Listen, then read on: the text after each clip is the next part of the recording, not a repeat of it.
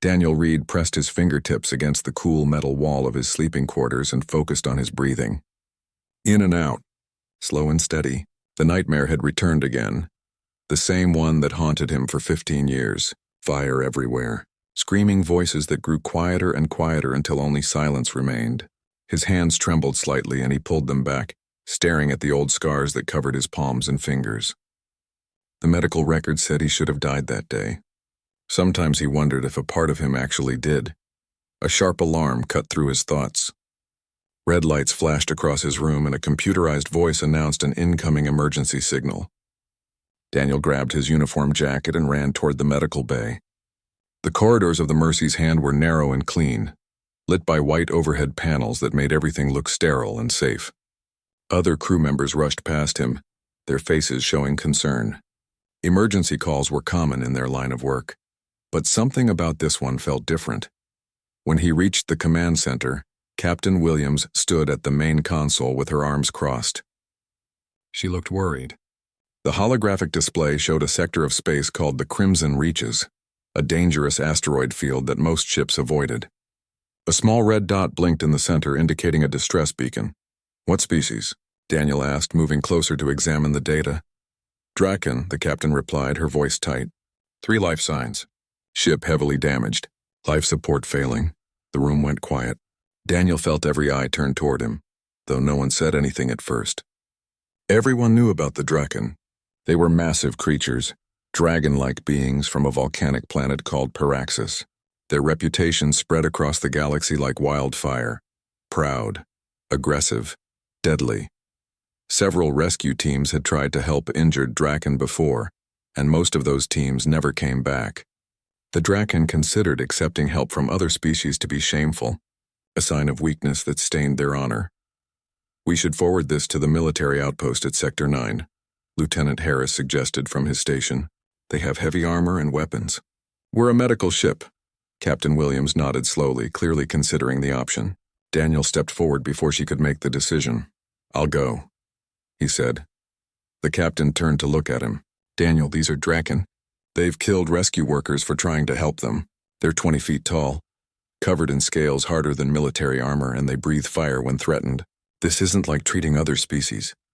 "I know what they are," Daniel replied calmly. "I've studied their biology. I know their culture, and I know they wouldn't send a distress signal unless they were desperate. That means there's a chance, however small, that they'll accept help. We're medical personnel. Saving lives is what we do, regardless of the risks." Lieutenant Harris shook his head. "This is suicide. Their pride matters more to them than their lives." "You'll die for nothing." "Maybe," Daniel admitted. "But if there's even a small chance I can save them, I have to try. That's the oath I took. It didn't come with exceptions for dangerous species." Captain Williams studied his face for a long moment. Daniel met her gaze without flinching. Finally, she sighed and gestured toward the hangar bay. "Take the medical shuttle. Ravi will pilot." "But Daniel, if they refuse to let you board, you come back immediately.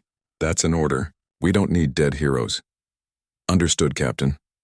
20 minutes later, Daniel sat in the small medical shuttle while Ravi guided them through the asteroid field.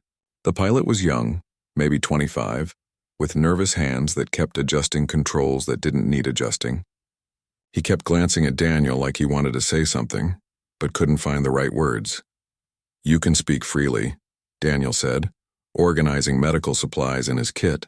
"I know what you're thinking. It's just, everyone says the Draken are impossible. They won't accept help from anyone." "Why do you think this will be different?" Daniel pulled out a specialized cooling gel designed for species with high body temperatures. "I don't know if it will be different, but I know what it's like to be trapped and dying while people debate whether you're worth saving. When I was 12, my colony was attacked. Plasma bombs destroyed most of the settlement. I was trapped in a burning building for 6 hours before rescue teams reached me. Every minute felt like forever. Every breath hurt. And I remember thinking that if anyone would just try to reach me, I could hold on a little longer." Ravi went quiet, his hands steadier on the controls now. "I didn't know that happened to you." "Most people don't. It's not something I talk about." Daniel closed his medical kit and looked out the viewport at the scattered asteroids drifting past. "The point is, those Draken are feeling that same desperation right now. Their pride is fighting their survival instinct, and it's tearing them apart. Someone needs to give them a way to accept help without feeling like they've lost everything that makes them who they are. How do you do that? I'm still figuring that out. The Draken ship appeared ahead of them and both men fell silent. It was massive, easily 10 times the size of their shuttle. The hull looked organic, like it had been grown rather than built. Scales the color of rubies covered the exterior, and several sections showed blast damage. Atmosphere vented from multiple breaches, creating small clouds of frozen vapor that sparkled in the starlight. Ravi brought the shuttle closer, and Daniel activated the communication system. He switched to the Draken language, which he had spent years learning. The sounds came from deep in his throat, a series of clicks and rumbles that felt unnatural but necessary. This is Daniel Reed from the medical vessel Mercy's Hand. We received your distress signal. We carry medical supplies and offer assistance. Silence answered him. Daniel waited, counting his heartbeats. 30 seconds passed, then a minute. Just when he thought they might not respond at all, a voice thundered through the speakers. It was female, deep and resonant, filled with barely controlled rage. We sent no signal to prey species. Leave this place. Daniel glanced at Ravi, who looked pale. The pilot mouthed the words, we should go, but Daniel shook his head. He activated the communication channel again. Your distress beacon is active. We came because someone aboard your ship called for help. We don't have to dock. We can transfer medical supplies through your airlock. You never have to see us. Another pause, shorter this time. When the voice returned, it carried a different tone. Not rage exactly, but something close to pain. One of my clan activated the beacon without permission. They are young and foolish. We do not accept charity from soft-scaled creatures who know nothing of strength. Daniel closed his eyes briefly, thinking. Then he did something that surprised even himself. He reached down and removed his gloves, revealing his scarred hands. He positioned them in front of the communication camera so whoever was watching could see them clearly. I know what fire feels like, he said in Draken tongue. I know what it means to survive when survival seems impossible. These scars are proof that I understand your strength. Let me honor it by witnessing it. That's all I ask. The silence stretched longer this time. Ravi stared at Daniel's hands, his eyes wide. Most people had seen the scars before, but few knew the story behind them. Finally, the Draken voice returned, quieter now, almost uncertain. You speak of witnessing? You know our customs? I know that surviving is its own victory, Daniel replied. I know that living through fire proves strength, not weakness. I'm not here to pity you or to make you feel lesser. I'm here because I recognize what you've endured and I want to make sure you survive long enough to tell the story. Another pause. Then, unexpectedly, a grinding sound echoed through space as the Draken ship's airlock began to open. The female voice returned, hard as stone but no longer hostile. You may board. You alone. Your pilot stays with your vessel. If you show fear, if you show disgust, if you speak of this to others with anything less than respect, I will kill you myself. Do you understand? I understand, Daniel said. He looked at Ravi and nodded once. Stay here. If something goes wrong, return to the Mercy's Hand and tell them I made a choice. Daniel, wait.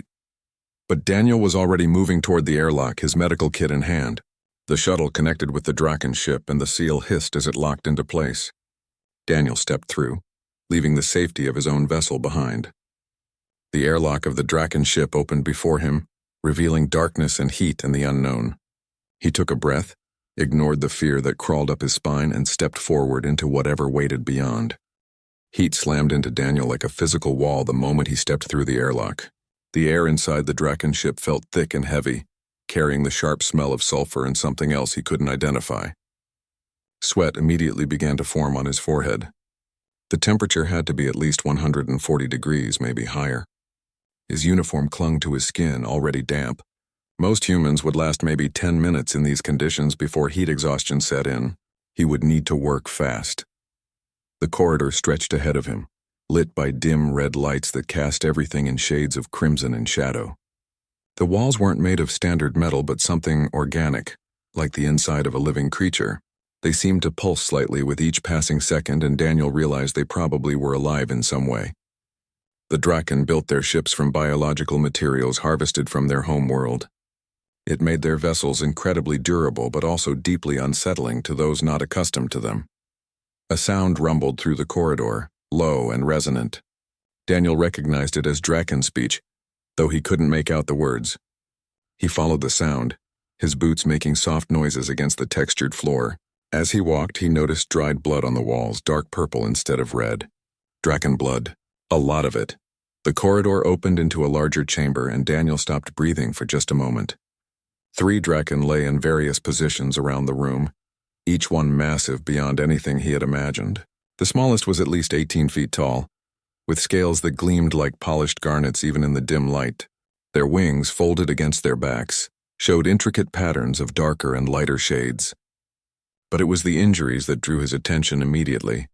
The closest Draken was young, probably adolescent by their standards. Burns covered nearly half of his body. The scales blackened and cracked. His breathing came in shallow gasps and his eyes were closed. Beyond him, another Draken lay with one wing twisted at an unnatural angle, the delicate membrane torn in multiple places. Blood still seeped from the wounds. The 3rd Draken, clearly the eldest, sat upright despite visible injuries to her side. Her eyes tracked Daniel's every movement, bright yellow and filled with suspicion. "You are smaller than I expected," she said in Draken tongue. Her voice was the same one from the communication channel, fragile looking. Daniel set down his medical kit and met her gaze. "Size doesn't determine usefulness.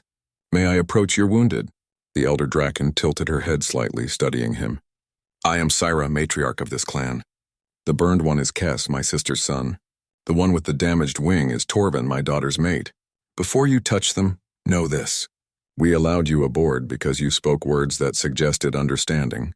But if you cause them pain unnecessarily, if you treat them with anything less than respect, I will end your life. Our honor demands it." "I understand," Daniel replied calmly. He moved toward Kess, the burned Draken, walking slowly so his intentions were clear. Up close, the young one was enormous. His head alone was the size of Daniel's entire torso. The burns were severe, 3rd degree at least, possibly deeper. In a human, injuries like this would require immediate intensive care. But Draken biology was different. Their scales provided natural armor, and their body temperature ran so high that normal burns affected them differently. Daniel knelt beside Kess and opened his medical kit. He pulled out the specialized cooling gel, designed specifically for high-temperature species. His hands moved with practiced efficiency, checking vital signs first. Kess's pulse was rapid but steady. His breathing was the bigger concern, shallow and strained. The burns likely damaged his respiratory system. "This will feel cold," Daniel said softly in Draken tongue. "It may be uncomfortable, but it will help your scales heal." Kess's eyes flickered open, focusing on Daniel with difficulty. The young Draken made a sound that might have been acknowledgement or might have been pain. Daniel began applying the gel to the worst burns, working quickly but carefully. The moment his fingers touched Kess's superheated scales, he felt the familiar sensation of intense heat. His skin reddened slightly but didn't blister. He ignored it, focused entirely on his work. Syra watched from her position, her eyes narrowing. "You do not pull away from his heat." "I'm used to high temperatures," Daniel replied without looking up. It wasn't a lie, but it wasn't the full truth either. He finished treating the external burns and reached for a breathing apparatus designed for Draken anatomy. "Kess needs help with his breathing. I'm going to place this over his snout. It will feel strange, but it will give him pure oxygen and help his lungs recover." "Do what you must," Syra said, though her voice carried doubt. Daniel fitted the apparatus carefully, adjusting the straps so they wouldn't cause additional discomfort. Kess's breathing immediately became deeper, more regular. Some of the tension left his body. Daniel allowed himself a small moment of relief before moving to Torvin, the one with the damaged wing. Torvin was conscious and watched Daniel approach with obvious fear mixed with pride. The damaged wing lay stretched out across the floor, and Daniel could see the extent of the injury. The membrane had multiple tears, some of them deep. Worse, there was swelling around the wing joint that suggested internal damage. In Draken, wings weren't just for flight. They were densely packed with nerves, almost like a human spine. One wrong move during treatment could cause permanent paralysis. "I need to examine your wing," Daniel said, keeping his voice gentle. "I won't touch it yet. Just look, is that acceptable?" Torvin glanced at Syra, who gave a slight nod. The injured Draken extended his wing a fraction of an inch, a gesture of trust that Daniel recognized as significant. He studied the damage carefully, noting each tear and the pattern of swelling. His mind ran through the treatment options. Standard medical procedure would require surgery, but he didn't have the equipment here. He would need to stabilize the wing and control the swelling until they could get proper care. As he leaned closer to examine a particularly deep tear, his hand slipped on a patch of blood. Daniel caught himself against Torvin's wing joint, his palm pressing directly against the superheated scales. The contact lasted several seconds before he regained his balance and pulled back. He immediately looked at Torvin, checking if he had caused pain. But Torvin wasn't focused on his wing. He was staring at Daniel's hand. Syra had gone completely still, her eyes locked on the same thing. Daniel followed their gaze and realized what they saw. His palm had been pressed against scales hot enough to cause severe burns. The contact had lasted long enough to do serious damage, but his skin was only slightly red, already fading back to normal. No blisters. No charring, nothing. Impossible, Syra breathed. No soft skin can touch our scales without burning. What are you? Daniel felt his heart rate increase. This was the moment he had hoped to avoid. His secret, the thing that made him different from other humans, was now exposed. He could lie, try to explain it away somehow. But these were Draken. They valued truth and honor above all things. A lie would destroy any trust he had built. It's complicated, he said slowly, standing to face Syra directly. I'm still human, but I'm different from most of my species. When I was young, I was caught in a fire. A bad one. I should have died, but something in my body changed to survive. I don't burn the way other humans do? Kes made a sound, and Daniel glanced at the young Draken. His eyes were open now, clearer than before, and he was staring at Daniel with something that looked like awe. Torvin had pushed himself up slightly, ignoring his injured wing. Even Syra seemed shocked into temporary silence. You survived fire, she finally said. True fire. The kind that kills. Yes, Daniel admitted. For 6 hours. The building collapsed around me. The heat was so intense that the rescue team said the metal beams melted. But I lived, and afterward, I could withstand temperatures that would kill anyone else. I still feel pain. I still feel the heat. But my body doesn't burn. Syra rose to her full height, towering over Daniel. For a moment he thought he had made a mistake, that revealing the truth was the wrong choice. Then she did something unexpected. She lowered her head slightly, a gesture of respect he had only read about in cultural texts. You are Ashborn, she said, her voice filled with something close to reverence. We have a name for those who walk through flame and emerge transformed. We thought only Draken could achieve this, that it was our gift alone. I don't understand, Daniel said honestly. When Draken children come of age, they undergo a fire trial. They must enter the heart of a volcano and survive the flames. Most do, some do not. Those who emerge are changed, marked by the fire. We call them Ashborn. They are honored above all others because they have proven they can survive what should kill them. Syra gestured toward Daniel with one clawed hand. You have done the same. Your trial was not chosen, but that makes it no less valid. Kes spoke for the first time, his voice weak but clear. The fire that marked me came from an eruption on Paraxis. I was trapped in a lava flow. My clan thought I was dead, but I crawled out, my scales burned, but my spirit whole. Daniel looked at the young Draken with new understanding. They shared something fundamental, an experience that transcended species. Both had survived fire that should have killed them. Both carried scars as proof. Torvin added, My wing was damaged defending Syra from attackers. I could have fled. But I chose to stay and fight, even knowing I might never fly again. That is my fire trial. Not all fire is literal, Syra explained. Some trials burn the spirit rather than the flesh. But all leave their mark. You understand this, Daniel Reed? That is why you came when others would not. That is why you spoke of witnessing our strength rather than saving us. You recognize in us what you carry in yourself. Daniel felt something shift in the room. The atmosphere changed from hostile suspicion to something else. Something that felt almost like acceptance. He finished treating Torvin's wing in silence, stabilizing the tears and reducing the swelling with anti-inflammatory medication designed for Draken physiology. Neither of the wounded protested now. They watched him work with interest rather than fear. When he finished, Daniel sat back and wiped sweat from his face. The heat was getting to him despite his resistance. Dehydration was setting in. Syra noticed and retrieved a container of water, though she looked slightly uncomfortable offering it. We don't often share resources with outsiders, she said. But you are Ashborn. That changes things. Daniel drank gratefully, the water warm but refreshing. As he lowered the container, He noticed Sarah's posture had changed. She looked worried now, truly worried in a way she hadn't before. "There's something you need to know," she said. "We weren't just passing through this asteroid field. We were fleeing. There are others of our kind pursuing us. They will arrive soon, and they will not be pleased to find you here." "Why are they pursuing you?" Daniel asked. Syra's expression darkened. "Because I tried to make peace with a rival clan. Because I chose wisdom over endless warfare.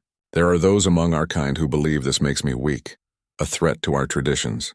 They hunt us to eliminate that threat." She paused, her eyes meeting Daniel's. "They will try to kill us all, including you, if they find you here. You should leave now while you still can." Daniel looked at Kess, breathing easier with the apparatus helping his lungs. He looked at Torvin, wings stabilized but still vulnerable. He looked at Syra, standing tall despite her injuries, carrying the weight of her clan's survival on her shoulders. "How long until they arrive?" he asked. "Hours at most." Daniel pulled out his communication device and contacted Ravi. "I need you to send a message to the Mercy's Hand. Tell them we have a situation here. Multiple casualties requiring extended care. Tell them we might need support." Syra moved closer, her massive form casting a shadow over him. "You would stay? Knowing what comes?" "I'm not finished treating your clan," Daniel replied simply.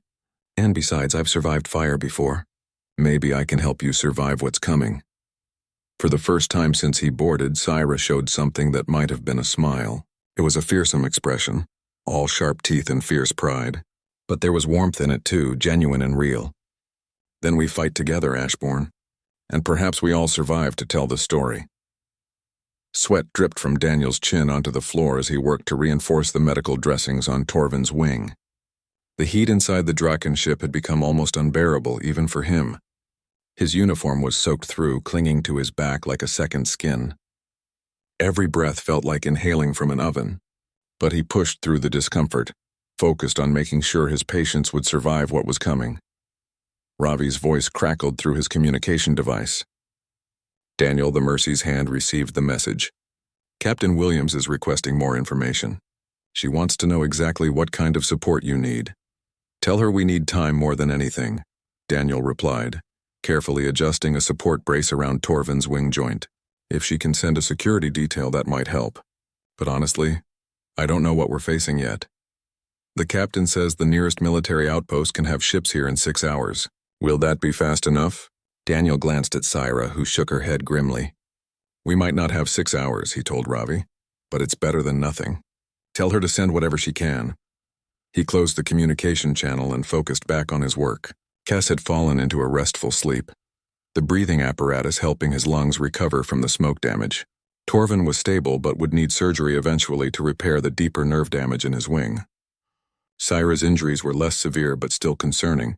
A deep gash along her ribs had stopped bleeding, but infection was a risk given the conditions aboard the ship. "Tell me about those who hunt you," Daniel said as he treated Syra's wound with antiseptic. "What are we actually dealing with?" Syra stood still while he worked, though he could feel the tension in her muscles.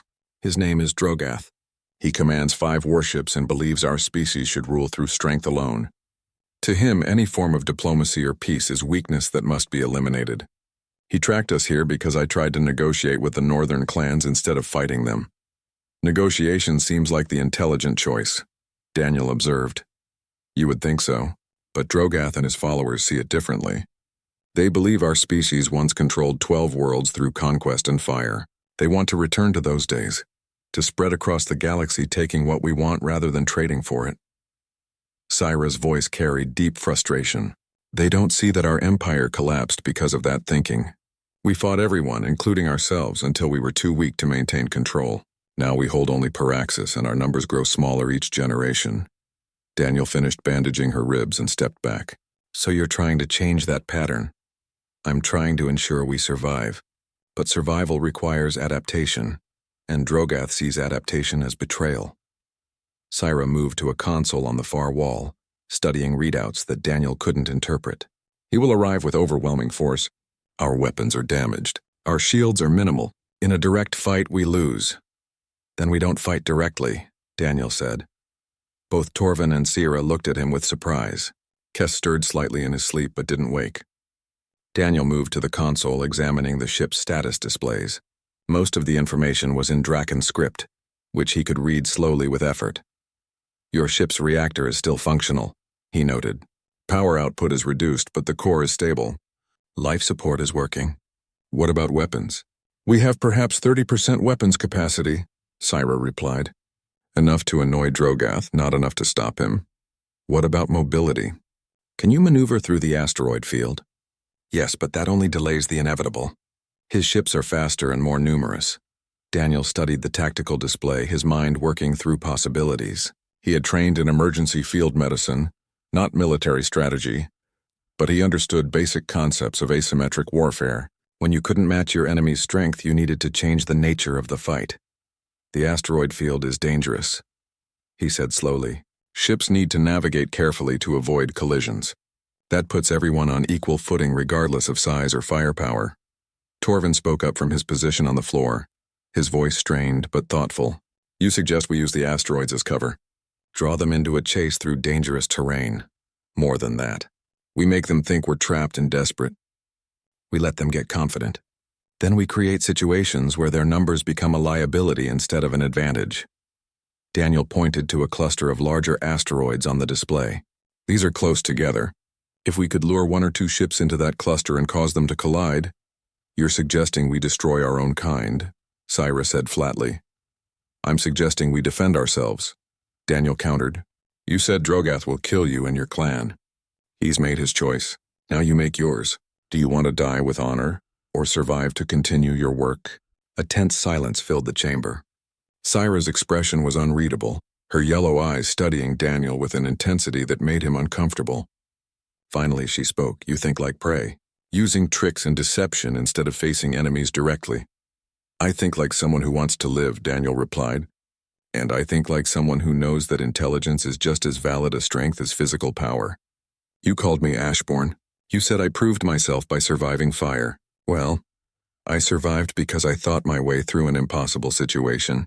I found pockets of air in a burning building. I moved to areas where the heat was slightly less intense. I used my environment instead of fighting it directly. That's not weakness. That's adaptation. Torvin made a sound that might have been agreement. The human makes a valid point, Syra. Our traditions honor those who survive regardless of method. We don't require young Draken to simply endure fire. We expect them to find ways through it. Syra was quiet for a long moment. Then she gestured toward the console. Show me your plan in detail. Daniel spent the next 30 minutes explaining his ideas, using the tactical display to illustrate possible scenarios. Syra asked questions, pointed out flaws, suggested improvements based on her knowledge of Draken combat tactics. Gradually, a strategy took shape. It was risky and would require precise timing, but it gave them a chance. Maybe a small chance, but more than they had before. As they worked, Daniel felt his fatigue increasing. The heat was slowly draining him despite his resistance. He had been aboard the ship for over an hour now, and his body was showing the strain. His hand shook slightly as he manipulated the display controls. Syra noticed. You need to leave, she said. Return to your shuttle and go back to your ship. You've done more than we had any right to expect. I'm fine, Daniel insisted, though his dry throat made the words come out raspy. You're not fine. You're enduring our heat, but it's still affecting you. I can see the signs of heat exhaustion setting in. Syra's tone was firm but not unkind. There's no shame in acknowledging your limits. Daniel wanted to argue, but a wave of dizziness made him grip the console for support. Syra was right. He had pushed himself hard, and his body was reaching its breaking point. He nodded reluctantly. I'll go back to the shuttle, get water, and rest for a few minutes. But I'm not leaving the area. When Drogath arrives, I might be able to help somehow. Your presence puts you at risk for no gain, Syra argued. You're a medical worker, not a fighter. Maybe I can find a way to be useful anyway, Daniel replied. He gathered his medical supplies, leaving behind only the equipment being used for Kess's breathing apparatus. As he prepared to leave, Syra stopped him with a hand on his shoulder. The touch was surprisingly gentle given her size and strength. Thank you, Daniel Reed. Regardless of what happens next, you answered our call when others would not. You treated us with respect when we deserved only your fear. That means something. I did what anyone should do, Daniel said simply. No, you did what few would dare. Remember that when this is over. Daniel made his way back through the corridor to the airlock, his steps less steady than before. The transition from the extreme heat of the Draken ship to the cooler environment of his shuttle was shocking. His body didn't know how to respond to the sudden temperature change. He stumbled through the airlock and Ravi caught him before he could fall. "You look terrible," the pilot said, helping Daniel to a seat. "How bad is it in there?" "Hot," Daniel managed, accepting a water bottle and drinking deeply. "Really, really hot." Ravi activated the shuttle's medical scanner, running it over Daniel's vital signs.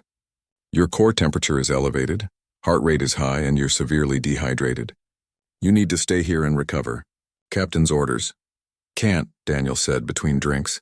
"They need help. What can you possibly do? You're a medic, not a soldier, and you're in no condition to fight even if you were trained for it."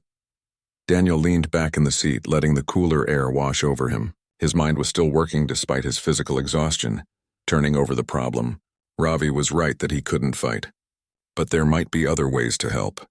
He thought about the strategy he had discussed with Syra, about the importance of timing and positioning, about creating situations where strength became a liability. An idea began to form, crazy and dangerous but potentially effective. He sat up straighter, ignoring Ravi's protests. "The ship's reactor," he said. "Syra mentioned it's still functional but damaged. The core is running hot but stable." "Okay, so what?" Ravi asked.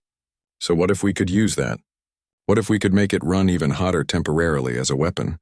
"That's insane. You could cause a meltdown." "Not a meltdown, just a surge, a massive spike in temperature and radiation that would force the attacking ships to keep their distance." Daniel pulled up the shuttle's sensor data, studying the readings from the Draken ship.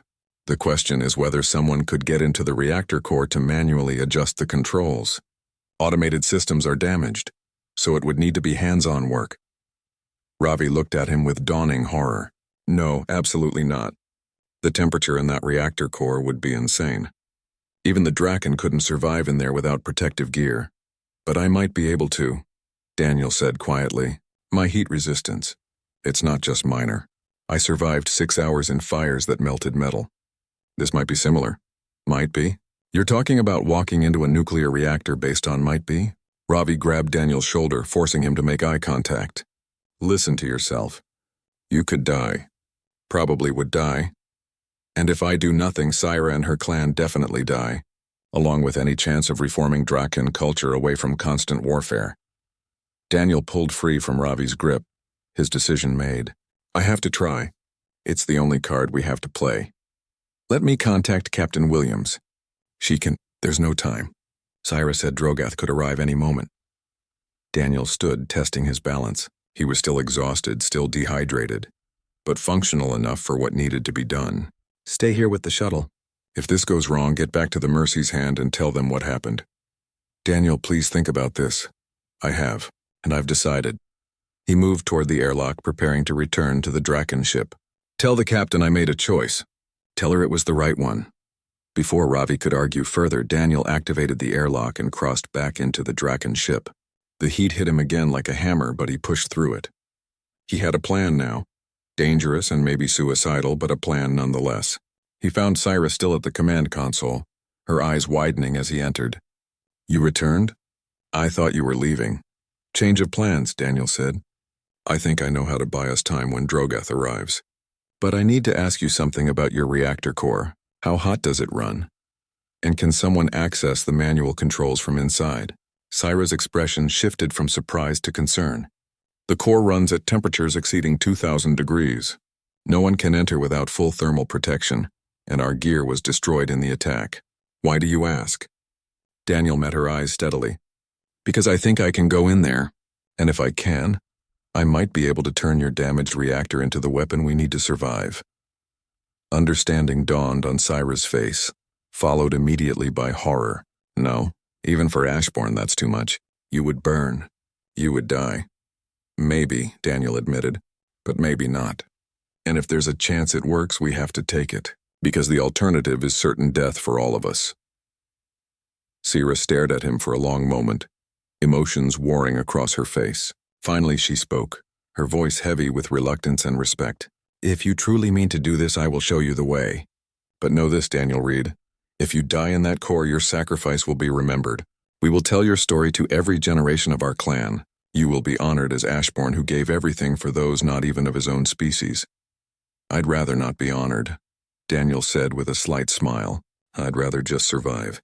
Now show me where this reactor is before I lose my nerve. The corridor leading to the reactor core grew hotter with each step Daniel took. He had thought the main areas of the ship were unbearable, but this was something else entirely. The air itself seemed to shimmer with heat waves, and the walls glowed faintly red from the thermal energy radiating through them. Syra walked ahead of him, her large form moving with surprising grace despite her injuries. She kept glancing back at him, clearly expecting him to collapse or turn back. Daniel focused on putting one foot in front of the other. His skin felt tight and dry. His lungs burned with each breath, but he had survived worse. He kept telling himself that, though part of him wondered if it was actually true. The fire that marked him had been intense but chaotic, with pockets of cooler air he could find. This was sustained, concentrated heat that only grew stronger as they approached the core. They reached a circular door marked with Draken symbols that Daniel recognized as warnings. Syra placed her hand on a control panel, and the door slowly ground open. Beyond it lay a chamber bathed in orange and red light so bright it hurt to look at directly. The reactor core sat in the center, a massive crystalline structure that pulsed with energy. Heat poured from it in waves that Daniel could see distorting the air. The manual controls are at the base of the core, Syra explained, her voice tight with worry. You would need to climb down onto the platform surrounding it. That platform sits directly above the primary heat exchange. The temperature there exceeds anything you've experienced so far. Daniel studied the layout, calculating distances and trying to estimate how long he would need to be exposed. What exactly do I need to adjust? There are 3 control rods that regulate the reaction. If you pull them out partially, the core will surge to maximum output. It will flood this entire section of the ship with radiation and heat. Our shields will contain most of it, but anyone approaching from outside will be forced back. She paused, then added, But Daniel, the surge will only last a few minutes before safety systems force the rods back into place. And being that close to an unshielded reactor during a surge, even for someone like you, the radiation alone could be lethal. How long would I need to be in there? To manually override the safeties and pull the rods? At least 5 minutes, maybe longer if the controls are damaged. 5 minutes. Daniel tried to imagine enduring that kind of heat for 5 full minutes. He had survived 6 hours in the colony fire, but that had been different. He had been able to move, to find slightly cooler areas, to give his body brief moments of relief. This would be constant, unrelenting exposure to temperatures that shouldn't allow life to exist. I can do it, he said, more to convince himself than Syra. You don't know that. No, I don't, but we're out of options. He began moving toward the ladder that led down to the platform. Syra caught his arm, her claws careful not to pierce his skin. Wait, there's something you should know. If Drogath detects the reactor surge, he will understand what we're attempting. He may choose to fire on this ship immediately, trying to destroy us before we can use it as a weapon. You could die here even if you succeed. Daniel looked up at her, seeing genuine concern in those alien yellow eyes. In the short time he had known this Draken matriarch, he had come to respect her deeply. She was trying to save her people through wisdom rather than violence, and others of her kind wanted her dead for it. That took a special kind of courage. Then I better work fast, he said simply. Syra released his arm and stepped back. May the fire guide you, Ashborn. Daniel descended the ladder, each rung hotter than the last. By the time he reached the platform, his hands were red and starting to show the first signs of damage. Not burns exactly, but stress marks where even his enhanced biology struggled to cope. The platform was a narrow metal walkway that circled the reactor core, and standing on it felt like standing on the surface of a sun. He could see the control panel now, a set of 3 large levers with Draken symbols marking their positions. The levers were currently pushed all the way forward, keeping the reactor contained. He would need to pull them back halfway to create the surge Syra described. Simple in concept, agonizing in execution. Daniel reached for the first lever and immediately jerked his hand back. The metal was so hot that even his resistant skin couldn't handle direct contact for more than a second. He looked around desperately for something to use as protection. His uniform jacket. He yanked it off, wrapped it around his hands in multiple layers and tried again. The fabric smoked and began to char, but it gave him just enough insulation to grip the lever. He pulled with all his strength. The lever resisted, stuck in place by heat expansion or damage or both. Daniel braced his feet and pulled harder, feeling muscles strain in his back and shoulders. Slowly, agonizingly, the lever began to move. He dragged it back to the halfway point and locked it in place. 1 down. 2 to go. The heat seemed to intensify immediately, though that might have been his imagination. Sweat poured from his body, and he was becoming dangerously dehydrated again. His makeshift hand protection was falling apart. The fabric burned through in several places. He grabbed the second lever with his partially exposed hands and pulled. This one moved easier, but the pain in his palms was excruciating. He could feel his skin starting to crack and split. Not quite burning, but damaged in ways that would take weeks to heal. He got the second lever into position and paused, breathing hard, trying to gather strength for the final one. Above him, Sarah's voice called down. "Daniel, the sensors detect incoming ships. Drogoth is here, no time." Daniel grabbed the third lever with hands that barely functioned anymore. The pain was overwhelming now, shooting up his arms in waves that made his vision blur. He pulled, but the lever wouldn't budge. Something was wrong with this one. He pulled harder, putting his entire body weight into it. The lever snapped. Daniel stumbled backward, the broken piece of metal still in his hands. He stared at it in horror. The lever was broken, which meant he couldn't pull it back, which meant the surge wouldn't happen at full power, unless he could manually force the control rod out of position. He looked at the reactor core, at the opening where the third control rod was housed. To reach it, he would need to climb onto the core structure itself and physically manipulate the rod. The core was the hottest part of this entire system, the source of all this heat and radiation. Getting that close might kill him. Probably would kill him, but if he didn't, they would all die anyway. Daniel threw aside the broken lever and climbed onto the reactor housing. The crystal surface burned his hands and knees as he crawled across it, moving toward the access port for the third control rod. Every instinct screamed at him to stop, to get away from this impossible heat. He ignored those instincts and kept moving. He reached the port and looked inside. The control rod was visible, a dark shaft of metal surrounded by glowing energy. He would need to reach in, grab it, and physically pull it upward. His hands were already damaged beyond what he thought possible. This would finish them. Daniel took a breath, or tried to. The air was too hot to breathe properly. He thought about Syra and her clan, about Kess and Torvin lying wounded in the other chamber. He thought about the possibility of ending a cycle of violence, of giving peace a chance. He thought about the scared 12-year-old boy trapped in a burning building, waiting for someone to care enough to try to save him. He reached into the reactor core. The pain was beyond description. His hands felt like they were being dipped in molten metal.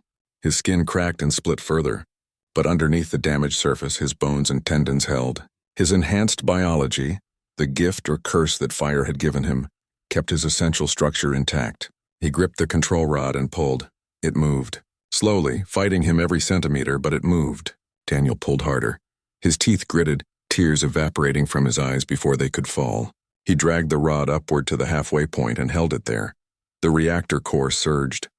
Energy exploded outward in a wave of heat and radiation that would have vaporized a normal human instantly.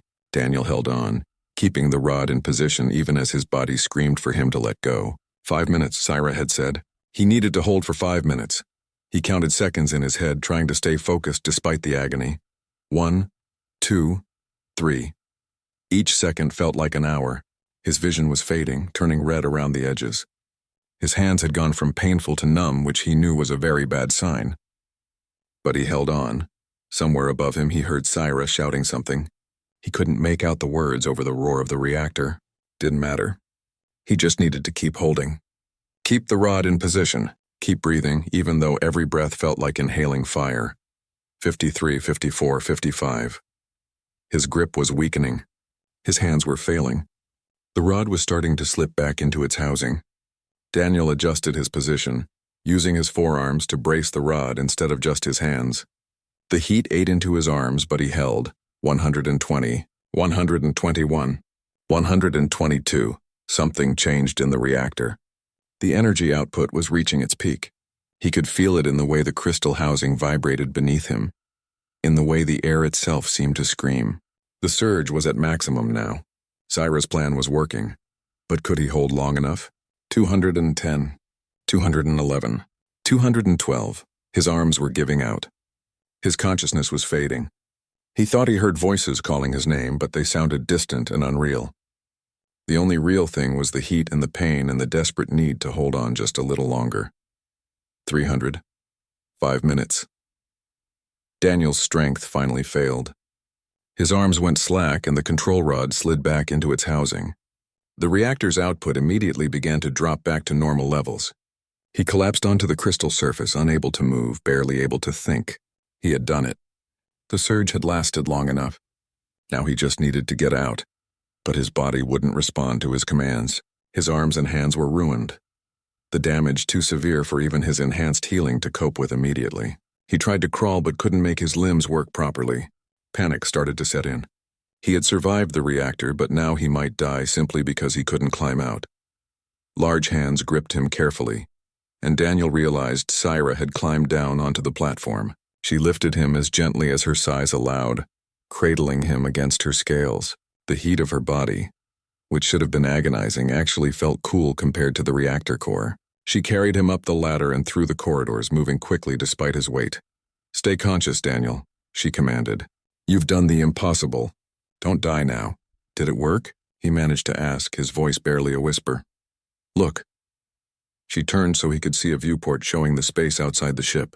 5 massive Draken warships had emerged from faster-than-light travel, arranged in an attack formation, but they were keeping their distance, held back by the massive radiation field now surrounding Cyrus' ship. The reactor surge had created exactly the defensive barrier they needed. "They can't approach without damaging their own ships," Syra explained as she carried him toward the medical bay. "We've bought time. Perhaps enough for your military support to arrive." "Drogoth?" Daniel asked, furious. "He's broadcasting threats and demands that we surrender. But he can't enforce them while the radiation field holds." She looked down at Daniel and he saw something like awe in her expression. "You walked into the heart of fire itself and survived long enough to save us all." "I have never seen such courage." Daniel wanted to respond, but darkness was creeping in at the edges of his vision. His body had reached its absolute limit. The last thing he heard before unconsciousness took him was Syra's voice, speaking in formal Draken. "You are truly Ashborn, Daniel Reed, and I swear by fire and blood that your sacrifice will not be forgotten." Then everything went dark, and Daniel knew nothing but the peaceful absence of pain. Pain dragged Daniel back to consciousness like hooks pulling him up from deep water. His arms felt like they were still burning, though when he forced his eyes open he saw he was no longer in the reactor chamber. He lay on a padded surface in what looked like the medical bay of the Draken ship. His arms were wrapped in some kind of organic bandaging that pulsed with a faint blue light. The air was cooler here, though still warm by human standards. Syra sat nearby, watching him with those intense yellow eyes. When she saw him wake, she leaned forward slightly. "You've been unconscious for 40 minutes. Your pilot contacted us repeatedly, demanding to know if you were alive. I told him you were recovering but didn't provide details. He's still in your shuttle, waiting." Daniel tried to sit up but quickly abandoned the effort. His body felt like it had been through a shredder. "The radiation field. Is it still holding?" "For now. But it's weakening. The reactor is returning to normal output levels as the safety systems reassert control. We have perhaps another hour before Drogoth can approach safely." Syra gestured to a display on the wall showing the 5 warships maintaining their distance. "He grows more aggressive with each passing minute. His communications are filled with threats. What about the military support? Have they arrived?" "Not yet. They're still 3 hours away at best." Syra's expression was grim. "We bought time, but perhaps not enough." Daniel's mind was already working despite the pain and exhaustion. They had the advantage of time, but not much of it. Drogoth commanded overwhelming force. Once the radiation field dropped enough for him to attack, this would be over quickly, unless they could find another way to win. "Can we communicate with Drogoth's fleet?" Daniel asked. Syra looked confused by the question. "Yes, but why would we?" "He won't negotiate. His honor demands our deaths." "What about the others in his fleet, the crews serving under him? Would they listen?" Understanding flickered across Syra's face, followed quickly by doubt. "You want to turn his warriors against him? That's not how our culture works. Warriors follow their commander absolutely, even when that commander leads them into questionable actions. Daniel pushed himself into a sitting position, ignoring the protests from his damaged arms. You said Drogath believes peace is weakness, but he's not the only dragon who thinks. His crews chose to follow him, which means they can choose to stop following him if given good reason. You underestimate the hold of tradition, Sira warned. Draken society values strength and honor above all else. Questioning a commander is seen as cowardice. Then we don't frame it as questioning, we frame it as honoring a deeper tradition. Daniel was thinking aloud now, ideas forming as he spoke. You said surviving fire is sacred to your people, that those who walk through it and emerge are honored as Ashborn. I just did exactly that. I walked into your reactor core, into heat that would kill most Draken, and I survived long enough to protect your clan. That has to mean something to your culture. Sira was quiet for a moment, her eyes studying him with new intensity. You want to use your status as Ashborn to legitimize our cause, to show that even an outsider, a human, understands the deeper meaning of strength better than Drogath does. Exactly. We can't beat him through force. But maybe we can beat him through truth. Daniel looked at his bandaged arms, already feeling the beginnings of healing beneath the wrappings. His body was resilient in ways that still surprised him. Can you broadcast to all 5 ships at once? Bypass Drogath and speak directly to his warriors? It would be difficult, but yes. Our communications system survived mostly intact. Sira stood and moved to a control panel. But this is dangerous, Daniel. If we do this and fail, Drogath will be even more enraged. He might destroy us immediately rather than give us a chance to surrender. We're dead anyway if we do nothing, Daniel pointed out. At least this way we're fighting. Just with words instead of weapons. Sira hesitated for only a moment longer, then began working the controls. Torvin, Kess, can you both hear me? The 2 injured Draken responded from the main chamber, their voices carrying through the ship's internal communication system. Both confirmed they were listening. Sira explained the plan quickly, and to Daniel's surprise, neither objected. In fact, Torvin sounded almost eager. Let me speak as well, the injured warrior said. I want Drogath's crew to hear what this human did for us. How he risked everything when he had no obligation to help at all. And I will describe what it means to survive fire, Kess added, his young voice stronger now than when Daniel first arrived. How it changes you. How the human understands this better than Drogath ever could. Sira worked the controls for several more minutes, her claws moving across the panel with surprising delicacy. Finally, she nodded. I've accessed their communication network. All 5 ships will receive our transmission. Drogath won't be able to block it without shutting down his entire fleet's communications, which he won't do in a combat situation. Then let's do this before I lose my nerve, Daniel said. Sira activated the broadcast, and a light on the panel indicated they were transmitting.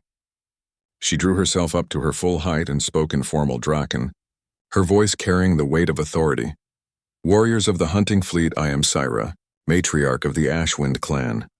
I speak to you now not as an enemy, but as one who shares your heritage and your honor. For too long we have let fear and pride guide our actions. For too long we have chosen death over wisdom, violence over survival. I stand before you having made a different choice, and I ask you to witness what that choice has brought. She gestured for Daniel to join her.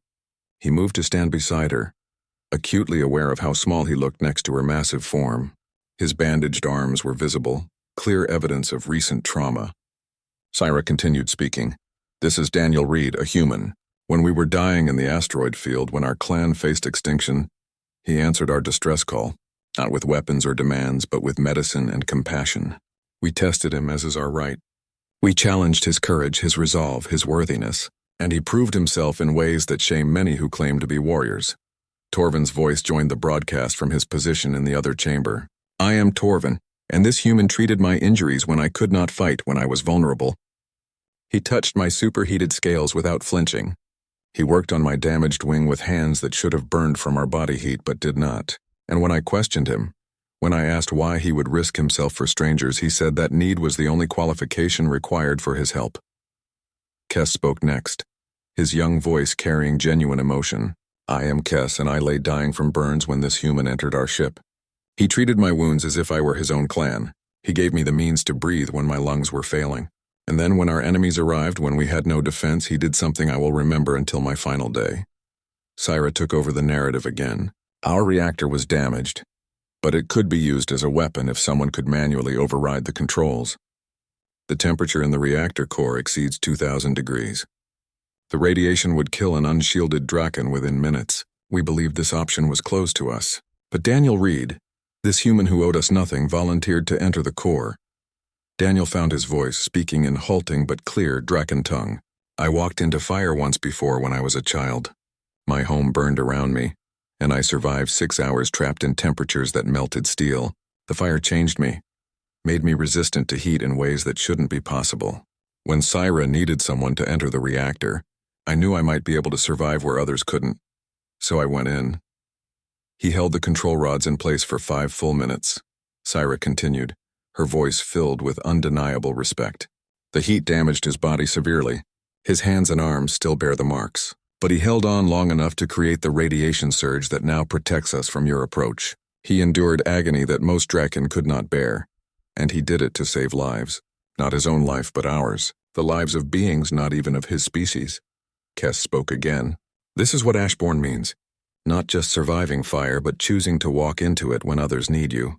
This human embodies our most sacred tradition, better than many who were born to it. There was a pause, and then Drogoth's voice exploded across the communication channel, filled with rage. This is cowardice. You hide behind a prey animal and claim it as strength. You disgrace everything our species stands for.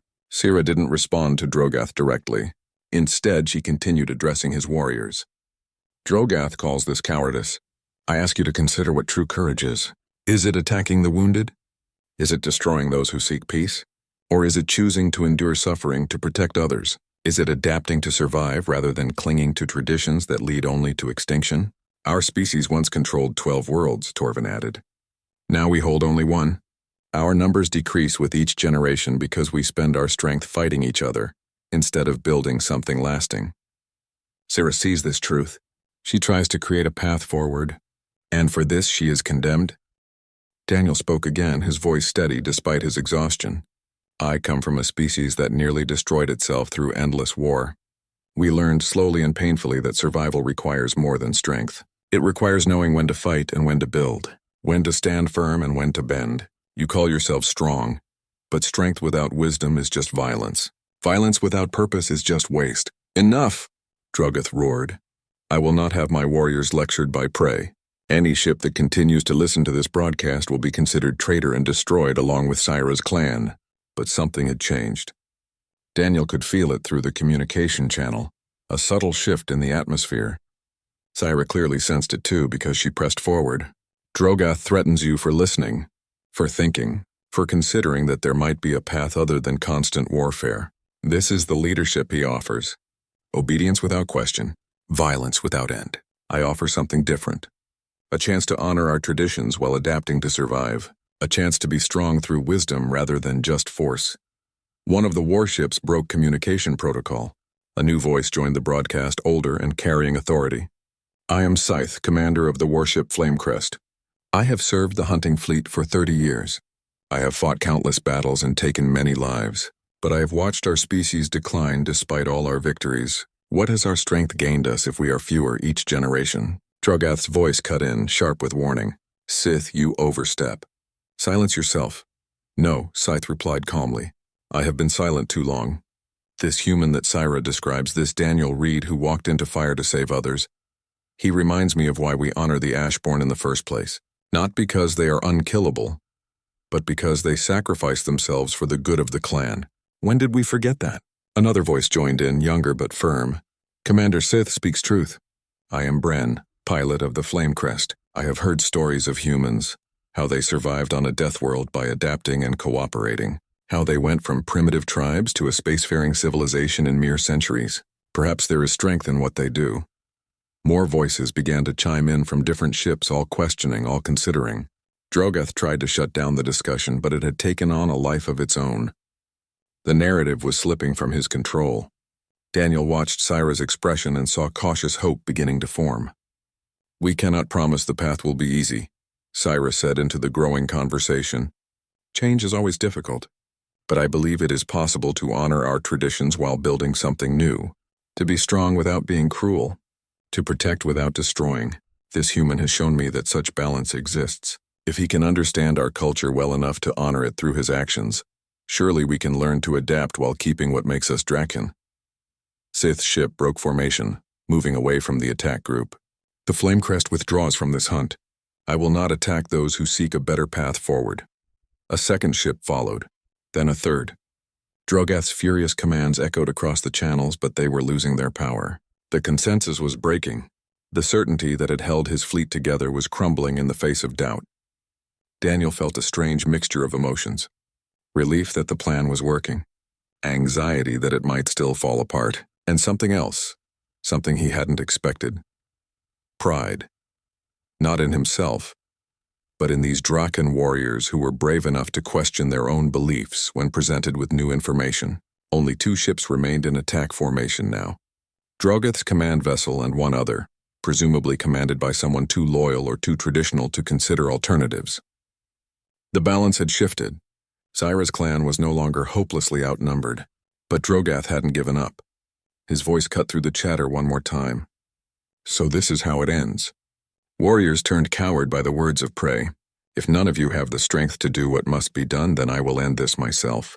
Syra, I challenge you to single combat. Face me directly and we will settle this the old way. Let the strongest survive. Syra closed her eyes briefly and Daniel saw the weight of the decision settling on her.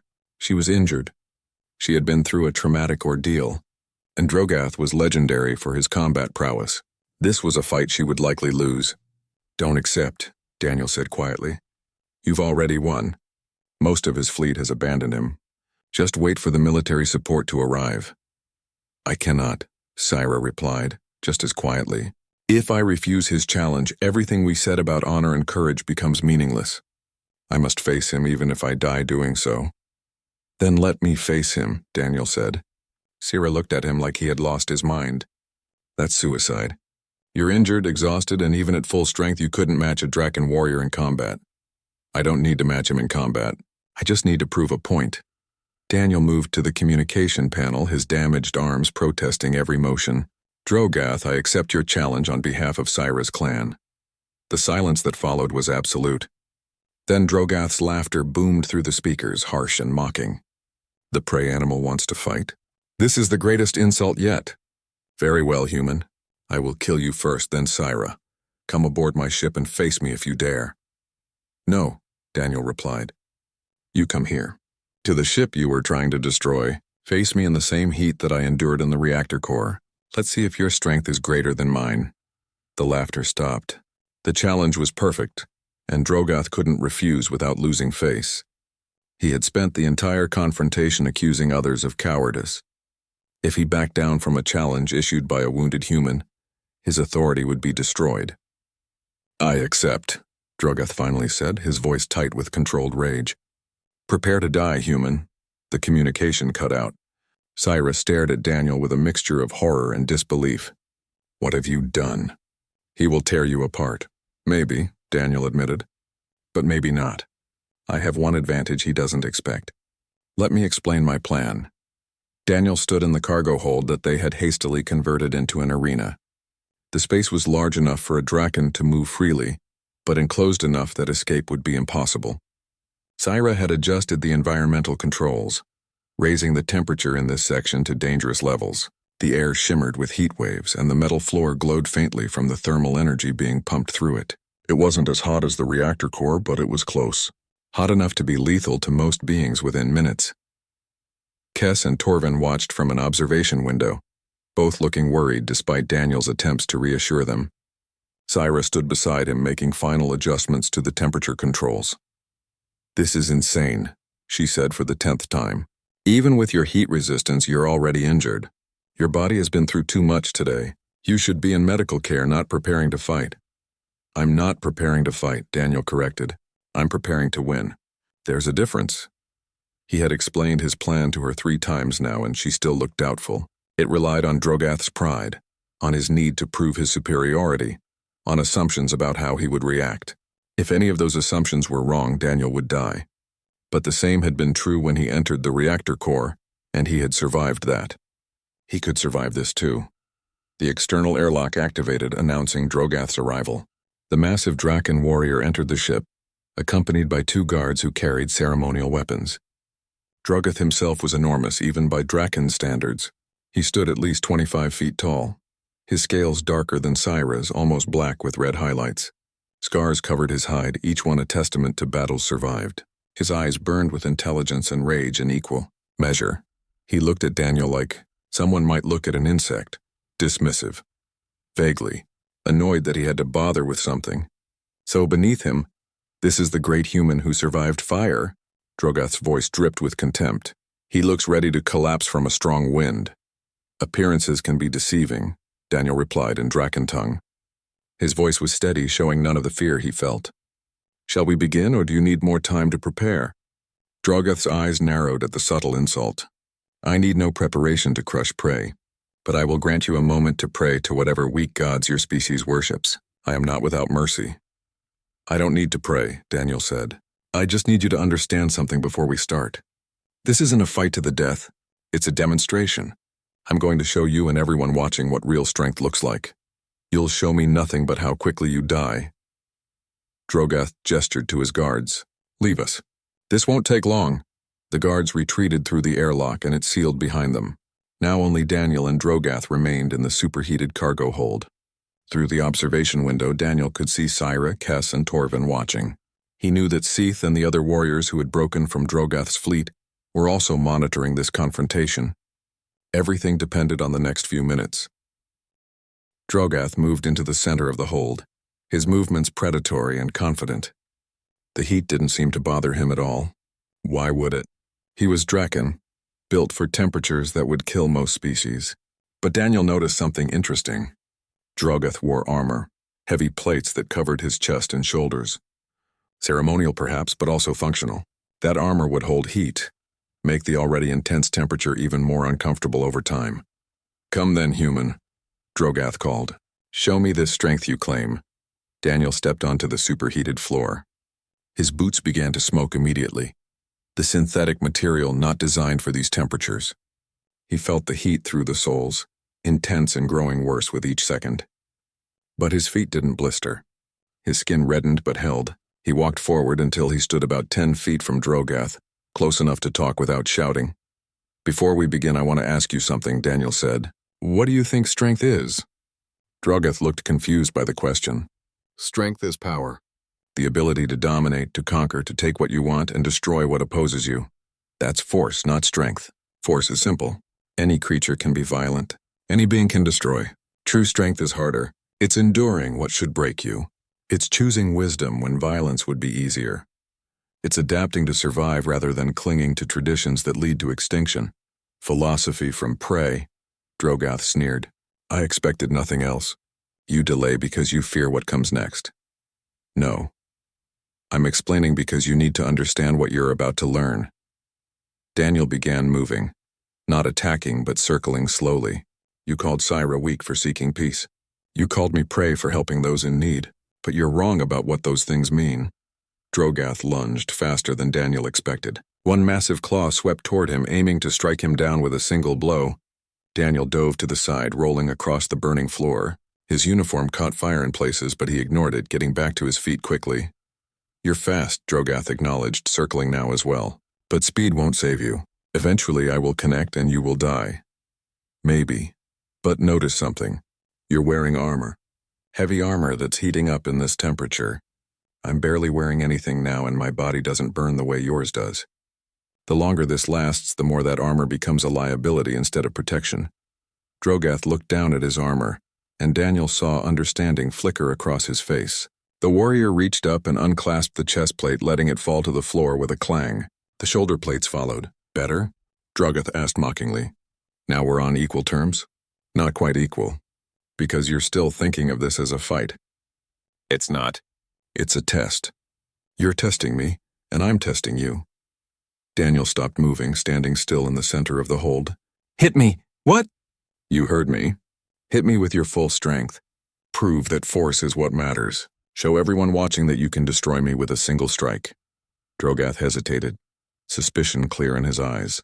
This had to be a trick, but he couldn't see the angle, and his pride wouldn't let him back down from such a direct challenge. He moved forward, claws extended, and struck. The blow caught Daniel across the chest, tearing through what remained of his uniform and raking across his skin. The force of it lifted him off his feet and threw him backward into the wall. He hit hard enough that the impact drove the air from his lungs. Pain exploded through his ribs and he tasted blood. For a moment he couldn't move, couldn't breathe. The world spun around him and he thought maybe he had miscalculated. Maybe this was where it ended. But then his vision cleared and he realized something important. He was still conscious, still alive. The claws had cut him, left deep wounds across his chest, but they hadn't killed him, hadn't even come close to fatal damage. Daniel pushed himself up slowly, blood running down his chest from the wounds. Drogoth stared at him in shock, clearly expecting the human to be dead or at least completely incapacitated. "Those were superheated claws," Daniel said, his voice strained but steady, hot enough to cauterize wounds as they cut, hot enough to cause massive trauma to any normal being. "But I'm still standing. Because I've survived worse. Because pain and damage aren't the same as defeat." He walked forward, back toward the center of the hold. Each step hurt. His ribs probably cracked from the impact, but he forced himself to move normally, to show no weakness beyond what was already visible. "Hit me again," he said. "Prove your strength. Show me that force is the only thing that matters." "This is suicide," Drogoth said. But his voice carried confusion now instead of confidence. "Why would you ask for death?" "Because I'm not going to die, and I need you to understand that before this can end." Daniel spread his arms, making himself a clear target. "You've spent your entire life believing that the strongest survive and the weak perish. You've built your whole worldview on that principle. So prove it. Kill me with your strength if you can." Drogoth roared in frustration and charged. This time he didn't hold back, didn't show any restraint. His claws came from multiple angles, striking again and again. Daniel didn't try to dodge. He took every hit, let every blow land. His body was thrown around the hold like a toy, bouncing off walls, sliding across the superheated floor.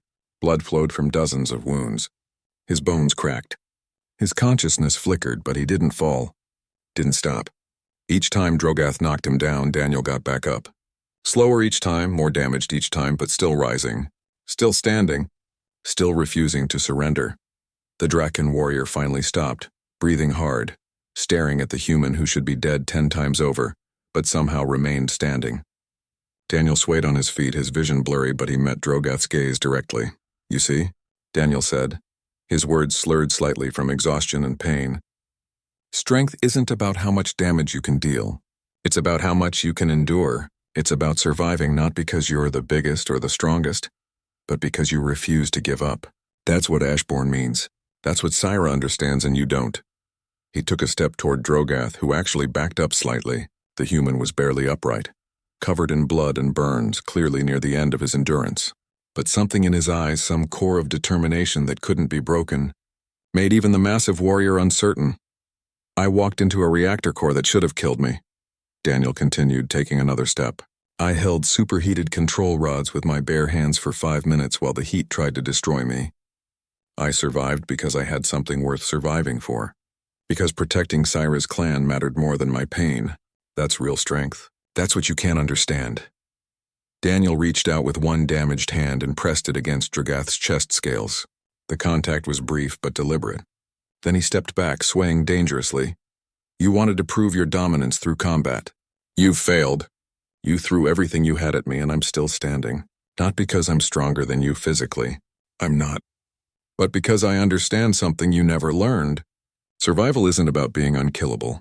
It's about having a reason to keep going even when everything hurts." Drogoth looked down at where Daniel had touched him. His expression was unreadable, emotions warring across his features. Rage, confusion, and something else. Something that might have been respect or might have been shame. "I could still kill you," Drogoth said, but his voice lacked conviction now. "One more strike and you would fall." "Probably," Daniel admitted. "But what would that prove? That you can kill someone who's already half dead?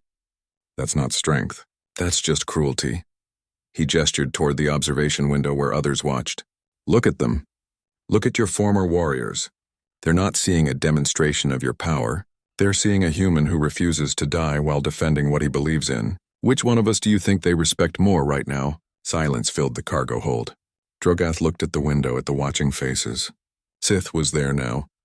having somehow gained access to the observation area. The veteran warrior's expression was impossible to read, but he wasn't cheering for Drogath. None of them were. "You've lost," Daniel said softly. "Not this fight. You could still win this fight. But you've lost the argument. You've lost the narrative. You came here to prove that force is the only thing that matters, and instead, you've proven exactly the opposite. Because I'm still standing and your fleet is falling apart." Drogath stood perfectly still for a long moment. Then slowly he lowered his claws. "I don't understand you, human. Everything I know says you should be dead. Everything I believe says weakness must be eliminated. But you stand here broken and bleeding, and somehow you've defeated me without raising a hand in violence." "That's because you were fighting the wrong battle," Daniel replied. "You thought this was about who's physically stronger. It was really about who has a better vision for the future. Syra wants your species to survive by adapting. You want them to die with honor. I know which one sounds like real strength to me." The massive warrior looked at Daniel for another long moment, then turned and walked toward the airlock. His steps were heavy, defeated in a way that had nothing to do with physical damage. Before he left, he spoke without turning around. "You are Ashborn, Daniel Reed. Truly. And perhaps I am the one who has been weak all along, clinging to old ways because change frightened me." The airlock opened. "I will leave this system. I will not pursue Syra's clan further. But I cannot follow her path. I am too old, too set in my ways. The future belongs to those who can adapt. I am not one of them." He left without another word, his guards falling in behind him. Through the viewport, Daniel watched as Drogath's ship pulled away from the asteroid field and eventually jumped to faster-than-light travel, disappearing from sensors. The remaining loyal ship followed shortly after. The battle was over. They had won. Daniel tried to stay standing, tried to maintain his composure long enough to see Drogath leave. But his body had reached its absolute limit. His knees buckled and he collapsed onto the superheated floor. The last thing he felt was Syra bursting into the hold, her claws carefully lifting him away from the burning surface. Then darkness claimed him again, but this time it felt peaceful, satisfied, complete. When consciousness returned again, Daniel found himself in a proper medical bay. Not the Draken ship's limited facilities, but the advanced equipment of the Mercy's hand. Captain Williams stood beside his bed, looking relieved and furious in equal measure. "You're an idiot," she said without preamble. "A brave, noble, incredibly stupid idiot." "Did everyone survive?" Daniel asked, his voice hoarse. "Yes. The Draken are being treated in a specialized facility we set up aboard our ship. Syra insisted on staying close to monitor your recovery. She's been checking on you every hour." The captain shook her head. "You're a hero, Daniel. The Draken are spreading your story across their communication networks. Humans and Draken are talking about establishing formal diplomatic relations. You've potentially prevented a civil war and opened up an entire new avenue for interspecies cooperation." "I just did what was necessary," Daniel replied. "No, you did something extraordinary, and you nearly died doing it." Captain Williams leaned closer, her expression serious. "Your injuries were severe. Multiple broken bones, deep lacerations, heat damage that went down to the muscle tissue in places. You'll need weeks of recovery time, maybe months, but you'll survive, because apparently you're too stubborn to die." Daniel managed a weak smile. "I learned from the best." Over the following days, as his body slowly healed, Daniel received visitors. Ravi came by to alternately thank him and yell at him for taking such insane risks. Other crew members stopped in to express their admiration. But the most meaningful visits came from the Draken. Kess was first, the young Draken having recovered enough to move around with support. "I wanted to thank you properly. You saved my life twice, once with medicine, once by showing my people a better path forward. I will never forget what you did." Torvin came next, his wings still braced but healing well. "My clan will honor you in our histories, the human who walked through fire to protect strangers, who faced a legendary warrior and won without violence. These stories will be told for generations." Finally, Syra visited. The matriarch looked healthy now, her wounds fully healed by Draken medicine. She sat beside Daniel's bed, her massive form somehow managing to seem gentle. "I have something for you," she said, reaching up to her neck. She pulled off a scale, one from the crest that marked her as clan matriarch. The scale was deep red, polished smooth by years of wear. "In our culture, giving someone your scale is the highest honor. It means they are part of your clan, bound by fire and blood. You are Ashbourne, Daniel Reed. You are my clan now, and we will answer when you call. Daniel took the scale carefully, feeling the weight of it in his hand. I don't know what to say. Say you'll recover. Say you'll continue doing what you do, helping those who need it. Say you'll remember us when you doubt yourself.